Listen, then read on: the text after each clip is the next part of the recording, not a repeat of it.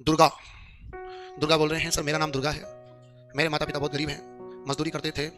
कितने सारे 100 भी ज़्यादा 500 के फॉर्म भर चुके, रुपयों के साथ सिलेक्शन नहीं हो पाया। 14 घंटे लाइब्रेरी में पढ़ती हूँ। तो अभी आप तैयारी करते रहो सर। बहुत नेगेटिव थिंकिंग ऑफिसर में 6 साल से लगातार पढ़ाई करने मैं सबसे पहले लाइब्रेरी में आती हूँ, 14 घंटे बाद जाती हूँ सर। बहुत ही डीमोटिवेट फील करती हूँ, सारे नेगेटिव थिंकिंग होती है। बड़े दुख हैं लिखो हाँ। मोटिवेट तो क्या है, बस आराम से लगातार तैयारी करो। देखो कंपटीशन बहुत ही खतरनाक चीज़ है। ये इंसान को क्या है कि बिल्कुल ही झंझोड़ देती है, अंदर तक हिला देती है। यहाँ क्या है कि बीच का रास्ता नहीं है बच्चों। इसमें 2 ही शब्द होते हैं, या तो पास होता है या फेल होता है। बीच का रास्ता है ही नहीं इसमें कुछ भी। यहाँ पर आपने मान लो 3 साल बहुत डेडिकेशन के साथ मेहनत की, बहुत दम लगाया।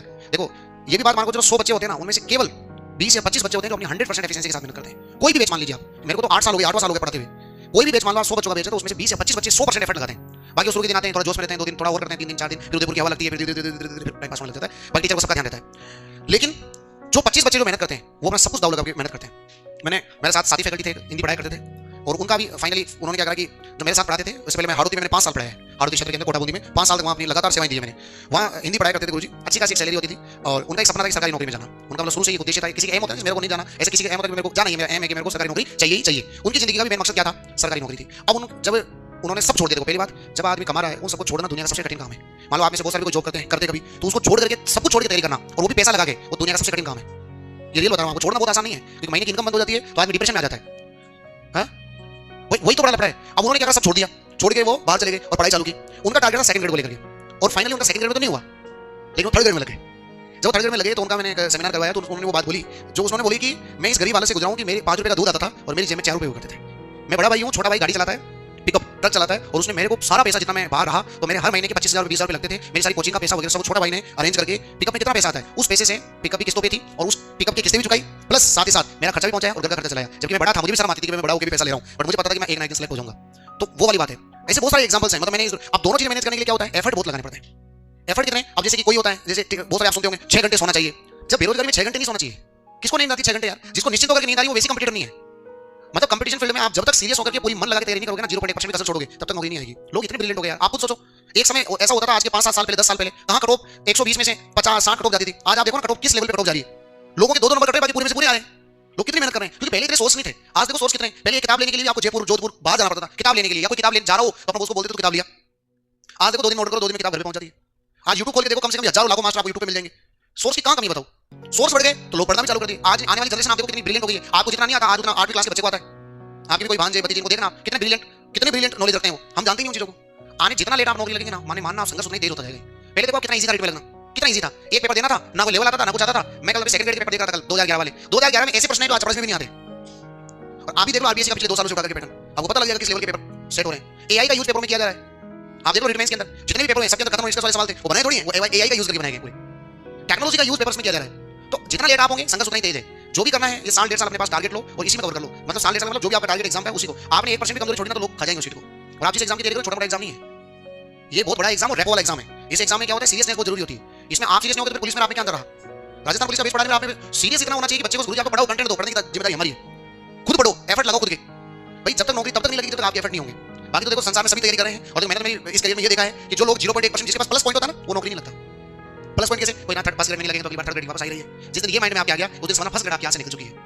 विकल्प ही खत्म होनी चाहिए कि अगर मेरी जिंदगी में जिस दिन मेरा फर्स्ट ग्रेड का एग्जाम हो गया उसके बाद मेरी जिंदगी में करने के लिए कुछ भी नहीं है। और मेरी नजर में किसी इंसान को केवल 4 साल तैयारी करनी चाहिए कंपटीशन एग्जाम की। कब तक आप खुद ही परेशान हो जाओगे। तो इसलिए पूरा मन लगा करके मेहनत करो और अच्छे से अच्छा डेडिकेशन के साथ काम करो।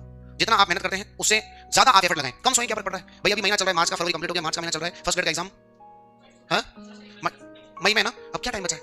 अगर आप देखोगे तो उल्टी गिनती चालू हो गई है। मार्च में 5-7 दिन तो मान के होली के गए, तो 5 दिन तो होली के गए। अब मार्च के 25 दिन, अप्रैल के 30 दिन और मई। और अगर आप सिलेबस को एक टॉपिक उठाओगे तो भी टाइम कम पड़ेगा रिवीजन के लिए। तो अब अगले 3 महीने आप पूरा डेडिकेशन के साथ, मान लो आप जॉब करते हैं तो जॉब के अंदर उसको टाइम को सैलरी कम करवा के बाउंड करके और टाइम से प्रॉपर घर पे आके टाइम टेबल को मैनेज करो प्रॉपर, और उसी के अनुरूप तैयारी करो बच्चों। बाद में कुछ बचेगा ही नहीं। वैकेंसी है कहां बताओ मुझे। बजट में तो किसी भी वैकेंसी की घोषणा नहीं है। ये एक अपॉर्चुनिटी आपको मिल गई कि आपको जस्ट आपको फर्स्ट ग्रेड देखने को मिली और साथ ही साथ आपके सामने सेकंड ग्रेड भी है। ये एक अपॉर्चुनिटी मिल गई। बाकी है कहां वैकेंसी भी नहीं, बजट में घोषणा कहां पर हुई बताओ। इसलिए मेरा निवेदन है कि पूरी जितनी भी ताकत लगानी है 3-4 महीनों में छाम बांध दो। मतलब इस लेवल पे तैयारी करो, सब कुछ भूल जाओ यार। 2-4 महीने के बाद यही काम करने, घर गृहस्थी, ये पढ़ाई जिंदगी में है क्या।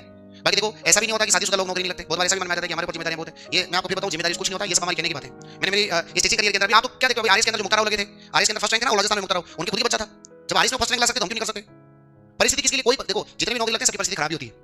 जिसकी परिस्थिति अच्छी होती है वो सरकारी नौकरी नहीं करता। जिसको ऑलरेडी बैकग्राउंड स्ट्रांग है वो क्यों तैयारी करेगा? तो अब एक ऐसी एज हो गई है, जैसे एज फैक्टर आ गया कि अब टाइम आ गया है, मतलब आप 3-4 महीने मन लगा के तैयारी करो, उल्टी गिनती चालू करो। अब देखो आपके बराबर लोग मेहनत भी कर रहे हैं। वंदना गुजर आप ही की जैसी स्टूडेंट थी और फर्स्ट ग्रेड के अंदर जब उसका सिलेक्शन हुआ 2017-18 के अंदर पहली बार उसने वैकेंसी दी थी राजस्थान पुलिस की। किसकी? राजस्थान पुलिस की। फेल, पटवारी फेल, ये लगातार एग्जाम फेल हुए, रीट फेल, और इन सब में फेल होने का आदमी को ऐसा लगता है कि ठीक है तो मैं कुछ करूँ नहीं, लेकिन उस बच्ची की अच्छी रैंक आई। फिर अच्छी रैंक क्यों आई? क्योंकि उसने भी मेहनत करी। अब मेहनत कैसे करी ये उस बच्ची से हमको, मैं भी आज कहने देखा तो मैंने कितने बच्चे पढ़ाए मुझे किसी के नाम तक याद नहीं है, ना मैं पूछने में इंटरेस्ट रखता, लेकिन ऐसे बच्चे जो मेरे माइंड में सेट है। उस बच्ची का आज तक कोई भी उसकी पूरी क्लास में कोई दोस्त नहीं था, वो अकेली आती थी, बैठती थी, पढ़ करके वापस घर पे चली जाती थी। उसने ऐसा कोई चैप्टर नहीं छोड़ा जिसके शॉर्ट नोट्स नहीं बनाए होंगे। उसके बाद 13 रजिस्टर केवल सब्जेक्ट के खुद ने तैयार किए थे। 13 रजिस्टर खुद ने घर पे बैठ के तैयार किए किताबों से। कितनी बड़ी बात है ये, हमसे आज तक कुछ नहीं हो रहा। 13 रजिस्टर खुद ने अपने हाथों से लिखा और पूरे नोट्स बनाए, और जैसे मैं चैप्टर पढ़ा दिया, जैसे मान लो साउंड टॉपिक पढ़ा दिया, तो घर जाते उसके शॉर्ट नोट्स एक पेज में लिख दी थी, साउंड वाले चैप्टर को शॉर्ट नोट्स बना के, और उसको याद रखती थी। टेस्ट पेपर में मैंने उसको ये स्थिति की टेस्ट पेपर में उसके 2 नंबर भी कमाते थे, उसकी आंखों से आंसू आ जाते थे। बोला सर मैंने मेरा सब कुछ दाव लगा के तैयारी करी, मतलब अगर मेरे पास मेरी नौकरी नहीं लगी ना तो आगे मेरे पास कुछ भी नहीं है, मतलब ये लास्ट स्टेज है, इसके बाद मेरे पास कोई विकल्प नहीं है। और फिर हार्डो के अंदर फर्स्ट रैंक थी उसकी। अभी टेंशन फ्री आराम से 15 किलोमीटर जॉब जाती है, स्कूल में है, और अभी फिर समझना कॉलेज लेक्चरर का एग्जाम फर्स्ट बार में अटेम्प्ट किया उस बच्ची ने। अभी इंटरव्यू था जनवरी के अंदर, जिस समय इंटरव्यू था मेरे फोन आया उस बच्ची का, बोला सर प्रणाम मेरा यहाँ भी हो चुका है। तो ये रिजल्ट के बाद आप सोचो बच्चे भी तब तक याद करते हैं, और मुझे भी बच्चों का नाम तब तक याद रहता है जब तक उनका सिलेक्शन नहीं हो जाता। तो सीरियस बच्चों के लिए हमेशा टीचर के सामने उसी बच्चे की वैल्यू होती है जो पढ़ाई को महत्वता देता है। बाकी कितने बच्चे आते कितने बच्चे आते हैं, आप सीरियस हैं, मेहनत करो, दम लगा के मेहनत करो, जितना हो सकता है उतनी मेहनत करो। दुनिया विकल्प नहीं मानती है, दुनिया रिजल्ट मांगती है, दुनिया कारण नहीं जानती है। तुमने कितने घंटे मेहनत करी, तुम किताबें कौन सी लाए, कितने घंटे पढ़ाई करी, इन सब का कोई वैल्यू नहीं है। तुम रिजल्ट तुम्हारा पॉजिटिव है मतलब तुमने तैयारी की है, रिजल्ट तुम्हारा नेगेटिव है इसका तुमने तैयारी नहीं की। दुनिया केवल रिजल्ट मांगती है, कारण किसी को मतलब नहीं उससे। तुमने तुम्हारी जिंदगी में कितना स्ट्रगल देखा है, कोई काम का नहीं है। इसलिए कोई, और मैं आपको भी बता दूं कोई किसी का भी नहीं भाई।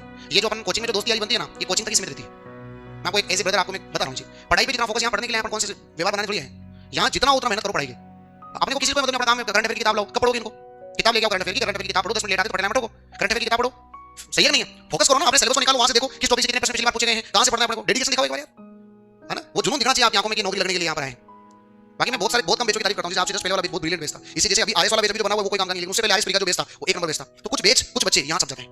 ऐसे रीट के अंदर ललिता कुमावत जो बच्चे का सिलेक्शन हुआ बूंदी से ही, केवल मैं साइंस की वजह से सिलेक्शन रुका हुआ था, घर में 3 महीने तैयारी करनी है, एक का सिलेक्शन धोखा नहीं हुआ, लेकिन बाद में जब वो धोखा नहीं हुआ तो उस एक ने धोखा करवा दिया मेहनत करके, गाइड करके। नहीं बस समझ में आई मेरी बात? तो प्रॉपर आप फोकस करना, समय है अभी आपके पास 2-3 महीने का वक्त बचा हुआ है, इसमें पूरा सिलेबस निकालो पहले, और प्रॉपर हर शब्द को अंडरलाइन करते करते आप कवर करना स्टार्ट करो। मेहनत का परिणाम आपको मिलेगा जरूर, एफर्ट लगाओ अपनी तरफ से। तो ध्यान रखना, हमने